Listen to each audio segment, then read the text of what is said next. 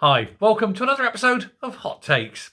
Penny Mordaunt may no longer be a member of the House of Commons, no longer a member of Parliament, no longer standing there on a Thursday crossing swords with dear Deirdre.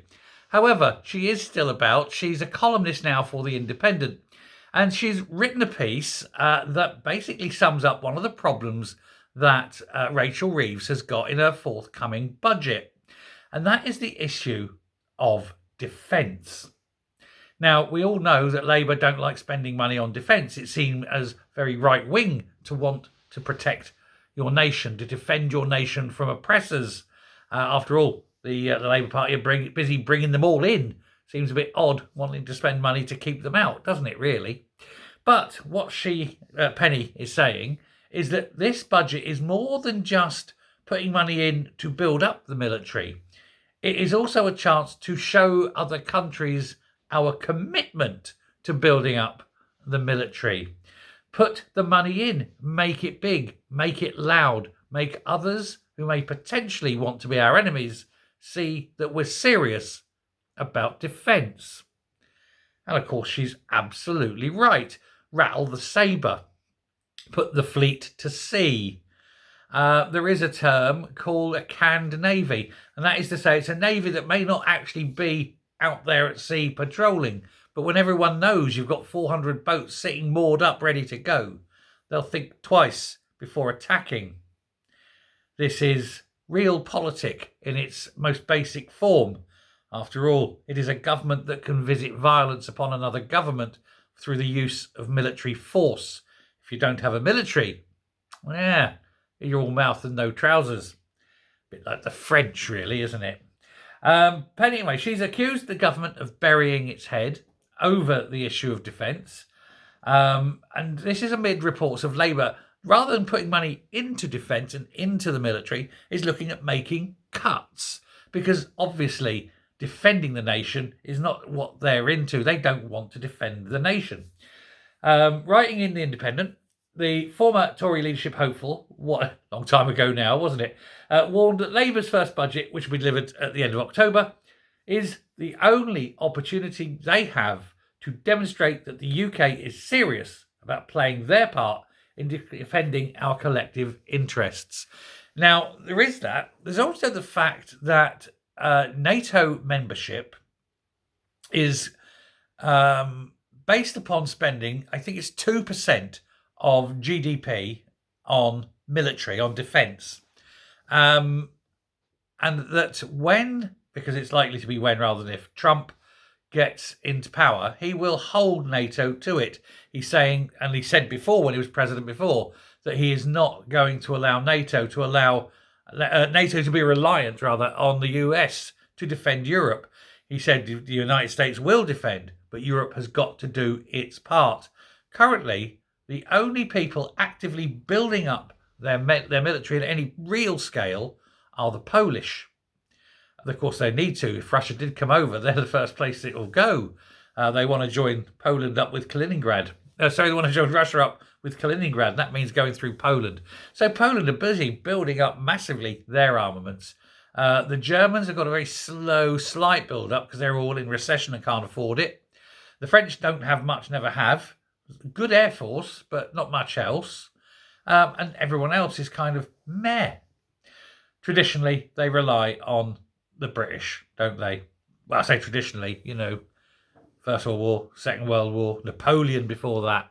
We've saved Europe 3 times, once from the French and twice from the Germans. You'd think they'd be more understanding and more thankful.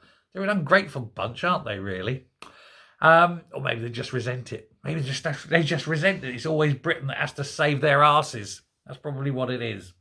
But we're moving into an unstable world, aren't we? You've got the whole of the Middle East situation about to blow up, quite literally, possibly. You've got Russia still fighting away and making threats over Ukraine, and then possibly eyeing up, like I say, that little passage across Poland to Kaliningrad. You've also got breaking down of relationships internally with the whole migrant thing, with countries not being very happy and pleased about the migrants coming in and wanting to block this. You've got the Visegráds against the Eastern blocs and all that. There's all sorts of tensions, not to mention, of course, the ongoing tension between Turkey and Greece. which again is not yet happy because Turkey keeps threatening to release all of the immigrants across into Greece, and Greece are building up their Maginot line, as it were, their gyros line, I suppose you could call it, couldn't you? They don't want to get kebabbed. Hey ho. So there's all these tensions, and then there's Labour going, oh, let's cut the Navy, let's cut the Air Force, let's cut the military, because, it's not as though anyone's going to cause any trouble at the moment. It's a nice, safe, peaceful world, isn't it? No, that's not why they're cutting it. They're cutting it, A, because they can't afford it, because they want to spend the money on a load of old bollocks. And secondly, because if there is a military, then they may have to use it. They don't want to. They're quite happy with all the invasion of immigrants coming in. And if there isn't a navy, then no one can put the navy in the channel. I think that's how they're going with this. So that's why Penny is very concerned, and not just Penny. I think anyone, the whole of the military, are all saying, look, come on, you've got to do this. You cannot let the military go down, not at a time of heightened troubles. That's madness. But then this is the socialists. Anyway, civil servants have reportedly been told that the budgets for science and technology, as well as research and development, will be cut by hundreds of millions of pounds. Yeah. Because, you've got to pay to keep these homeless immigrants somewhere, haven't you? Poor old immigrants coming over here. We don't want any research. We don't want to keep British people in jobs or in houses. No. It's all immigrants. And that's the trouble. And that's the direction of travel. And if we think that things are going to get better, I think you better think again. Things are going to get a whole lot worse. This country is going down the plug hole fast because we've got a government that does not want to plug that hole. It wants to bring in ever more problems, ever more expense. And it's the people of Britain that are paying for it. They're not. Anyway, the new year will bring a new president. Trump, probably. He won't be happy with the spending. Will he take America out of NATO? If he does, there's nothing stopping Putin coming in. The French won't fire their nukes. Too scared to do so. The EU want control of the French nukes. That's another story. And that only leaves Britain. Britain's already deeply, deeply in trouble. What are they going to do? We've only got one patrolling nuclear submarine by all accounts. Well, there we go. Do you feel safe, kids? Are you safe in your beds? I don't. Not with this lot. No balls between them. We should have cloned Maggie when we had a whole succession of Maggies. At least then we'd have had a Prime Minister with balls. Big brass ones.